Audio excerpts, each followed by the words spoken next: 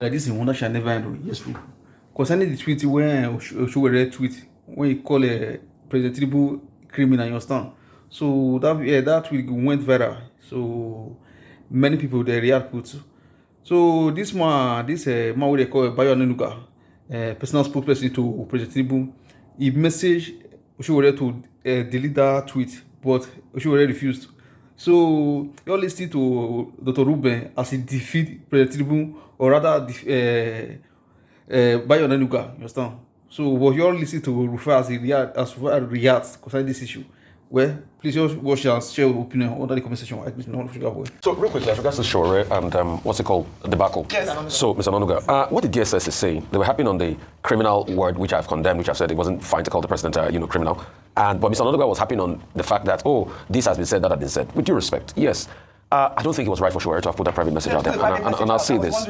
They have a history together. Sowore stated that in the days of the struggle, these people, they were both in the same struggle. Mr. Onanuga's paper, the news, was a platform for most of the student activists. In fact, Sowore said he did some work with the news, Mr. Onanuga platform. The reason why Mr. Onanuga probably would have messaged him is out of the fact that, I know this guy before and everything. Yes. What Mr. Onanuga, although, was saying was different from what the DSS was saying. So it's two different things. And I don't know why this government is, happy and saying, and people are contacting Sowore and saying, remove. And if they feel very strongly about it, we can all go and test it in courts. Yes. Really, I think that's the end. The end, look, with cinema, the end, all of it will be in courts. We want to test it in courts. Yes. And Sowore, we have to prove why he called the president names, the claim he called him a criminal. You have to provide his evidence, and the DSS will provide their counter evidence. So, but prior to that, I think since you have known this person before, you've had dealings before, even if he sent you a personal message out of what you shared, it was not necessary bringing out in publicly. But I don't even know what is even happening. There are many things that happen that we don't know in this country. Well, Sowore's favor. He said he cleared with Mr. Onanuga. No, Mr. Onanuga never replied. He never replied. So if he didn't reply with you and didn't give you the chance to share it publicly, then there was no point. But even at that, Dr. Abati, we are human beings. We have personal relationship before now. If we have things before, we should. Yeah, we should. It wasn't based on the show. It was based on we had a relationship. Let's reason together. Sowore says the struggle continues. That's why I was asking Bayo Onanuga. Why did you think that message will help? This is what Sowore does. He's a strong opposition. What does he say? Revolution now. Well, all right. The struggle continues. We'll follow up on the story. We'll take another story now.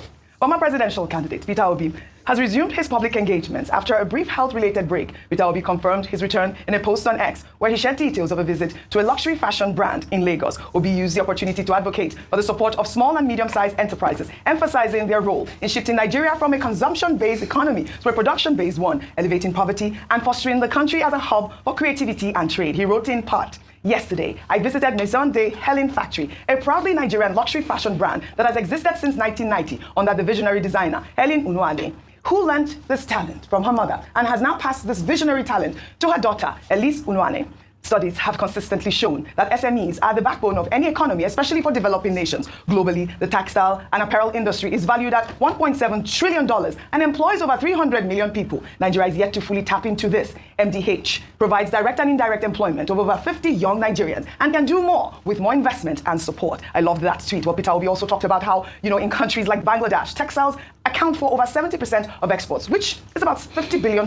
He said that amount is more than what Nigeria earns from oil, emphasizing how textiles can drive growth, create jobs, and power exports in an economy. I really, really love that. And I wanted to highlight this story because, we have to encourage the textile industry. Yes. Made in Nigeria goods, made in Nigeria fabrics. And I am actually wearing one. I'm wearing Clan.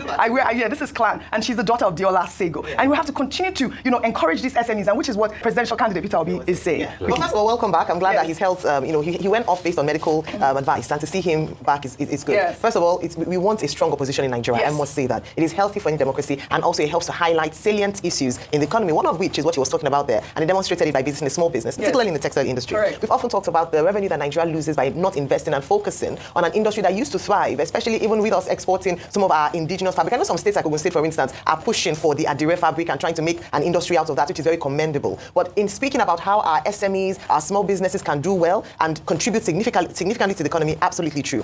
Recall that this administration in itself has been hammering on non-oil revenue from non-oil sectors, so that we are able to diversify our income sources. Yes. This is absolutely correct. What happens when you invest in small and medium-scale enterprises? Number one is that you create jobs. Mm-hmm. He talked about Elsie employing about 50 people in her staff, and imagine if you were able to scale up, able to attract investor, buy an environment, a business environment that supports businesses. This administration under Dr. Jumoke Odwole has tried to engage with SMEs a lot. But I think it is important to understand that there's still a lot of barriers to small businesses thriving in Nigeria, whether it be the exchange rate, whether it be access to infrastructure, power, electricity they have to fend for themselves, making their prices high and not being able to compete favorably with their counterparts around the world. So it's just drawing back to the importance important role that they play in society, and to ensure that the government is able to harness this potential that has been underutilized. Only 30 seconds, please. I think the main story is about Peter Obi's health pause. Yes. He said he was advised by his doctors to rest after he saw that his body was showing him some signs. Yes. And I think that is an important lesson for everybody, I like that not message. just people in public affairs, also people in the professions, including people on this table, that you listen to your body. If you want to I